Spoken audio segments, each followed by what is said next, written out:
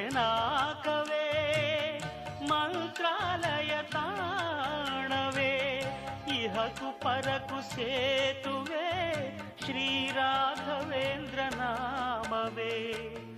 ಒಂದು ಬಾರಿ ಬಂದು ನೋಡಿ ಮರೆಯದು ಜೀವ ಮಂತ್ರಾಲಯ ದರ್ಶನವೇ ದಿವ್ಯ ಅನುಭವ. ಮಂತ್ರಾಲಯ ದರ್ಶನವೇ ದಿವ್ಯ ಅನುಭವ.